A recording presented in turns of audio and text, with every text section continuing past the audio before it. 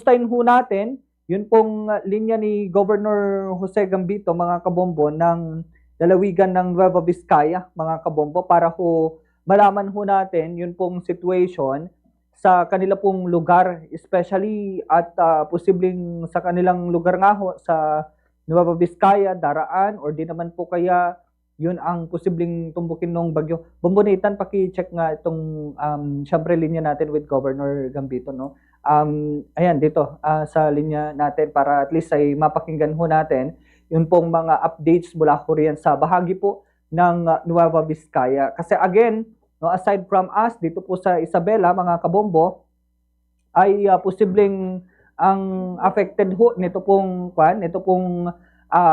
bagyo later on ay dyan po sa southern part of region 2. So i-check ho natin, no, sa pagkakataong ito si Governor Jose Gambito ng lalawigan ho ng Nueva Vizcaya, no, kaugnay ho dito po sa sitwasyon. Una, sitwasyon. Ikalawa ay mga preparasyon dyan po sa nasabi pong probinsya. Ano ho ba yung mga sitwasyon and naging preparasyon dyan po sa province of Nueva Vizcaya? At again, no, kaugnay ho riyan, makakaugnayan ho natin si Governor Gambito ng lalawigan ho ng Nueva Vizcaya. Nasa ating linya na ho, no? Pabatin muna natin. Gov, magandang hapon po sa inyo, and syempre, kumusta ho yun pong weather condition na ho ninyo ngayon dyan po sa inyo pong probinsya? Bumati muna kayo, Gov, sa mga tagapakinig at mga tagapanood ho natin. Okay, magandang hapon sa iyo, Kerwin, at nakikinig ng Bombo Radio. Ito po ang po ng probinsya ng Nueva Vizcaya. At thank you, Kerwin, at binigyan mo ko ng pagkakataon na ibalita rin ang kalagayan dito sa probinsya ng Nueva Vizcaya. Opo. Gov, no, pagdating ho sa situation sa inyo pong lugar, kumusta na ho ba sa ngayon sa Nueva Vizcaya, Gov, yung weather condition ho ninyo? Meron na ho ba, nararamdaman na ho ba ninyo yung epekto ng bagyong Uwan, or wala pa naman pong gaano po, Gov? Wala pa namang, hindi pa tumatapong masyado rito, Kevin. Wala pa. Medyo mahangin nga lang ng konti at pabugso-bugso lang ang pag-ulan. At hindi pa rin malakas yung ulan dito. Mga hangin lang na nararamdaman. Pero so far, wala pa masyadong nararamdaman na epekto ng bagyo. Bagamat 3 araw na kami naghahanda. Sa oras na po ito, naglikas na po kami ng preventive evacuation. Mga 190 families o mga 600 plus na individuals na ang finorced evacuation namin para lang sa mga lugar na inaasahan namin na mababaha. Kaya gusto kong kunin itong pagkakataon na ito na ilingin sa aking mga kababayan na kung pwede, unahan na natin ang lumikas. Kung nag-aalangan kayo sa inyong mga lugar, nakahanda naman lahat yung mga evacuation center at mga eskwelahan. At naka-open po ngayon, nakahanda yung mga eskwelahan na pupuntahan ng mga mag-evacuate. At wag po kayong mag-alala at pati relief goods nakahanda rin para sa inyo. Opo. Gov, pagdating ho sa mga bayan, ano pong mga partikular na lugar yung pangunahin ho ninyong tinututukan po sa ngayon? Sa ngayon, medyo south doon, Dupax, 2 Dupax at saka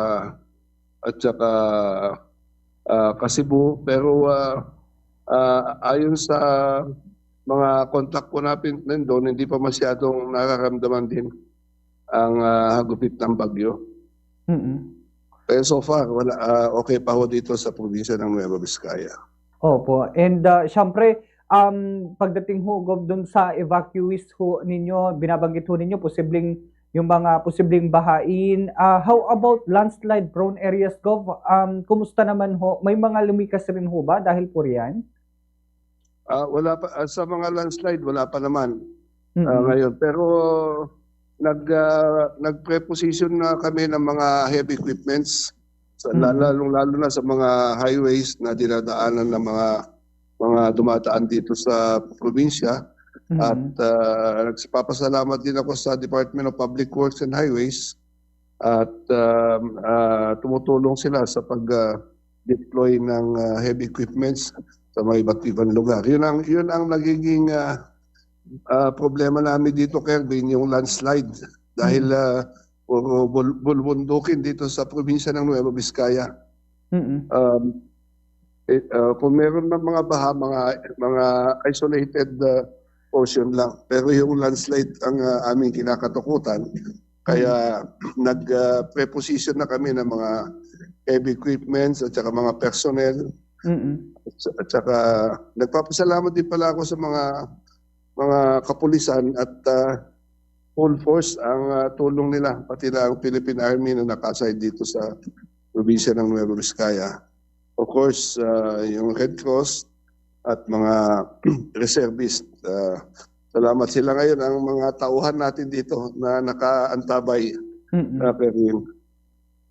Opo. Sir, pagdating ho dun po sa mga relief packs, enough naman sir or sir? Parang humihiling din ho kayo ngayon ng augmentation po.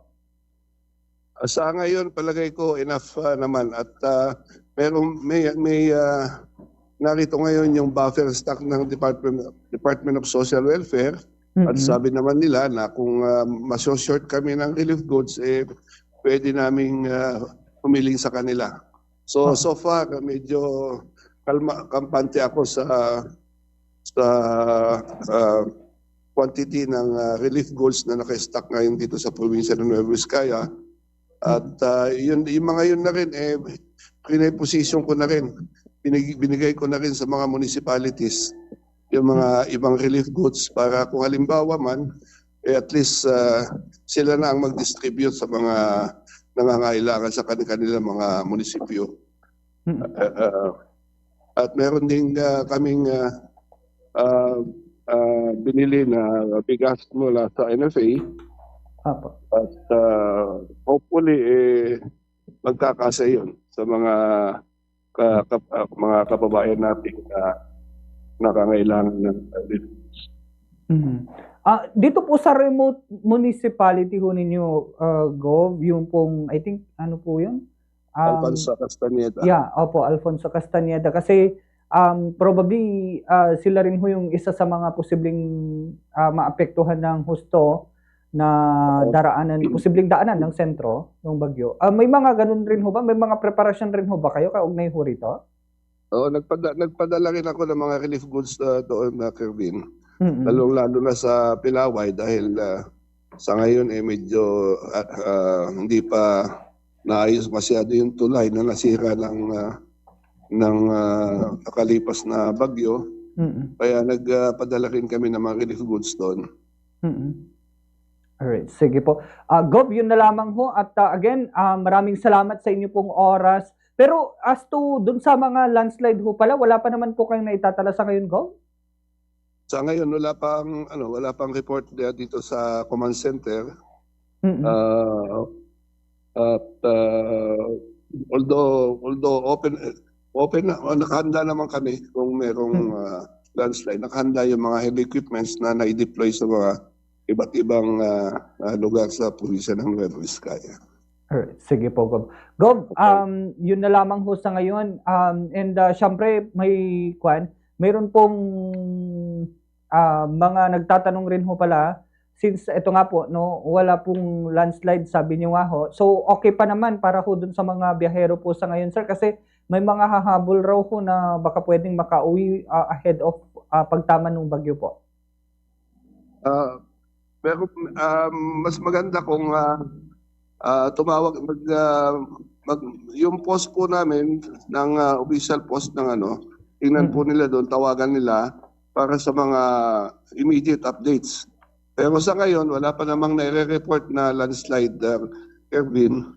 Hopefully ngayon kung nasa after this time at may mga nagbibiyahe, pwede namang tumawag doon sa hotline.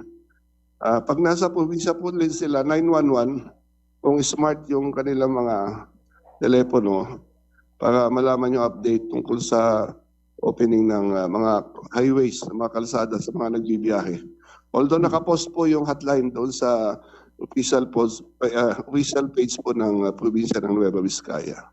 Sige po. Gov, yun na lamang ho at if ever na may mga nais na lamang ho kayong idagdag, message ho sa mga tagapakinig at mga tagapanood ho natin. Especially at ngayon nga ho, under signal number 5 na ho pala, no, yung ilang mga bayan ho sa inyo pong lugar like Alfonso Castañeda, Dupax del Norte, and Surco, sir. Oo. Siguro samahan na lang natin ng dasal at dobleng pag-iingat. Kung hindi man natin naranasan noon ang gupit ng iba, siguro rin doblehin pa rin natin dahil ako mismo talagang medyo kinakabahan sa lakas ng darating na bagyo.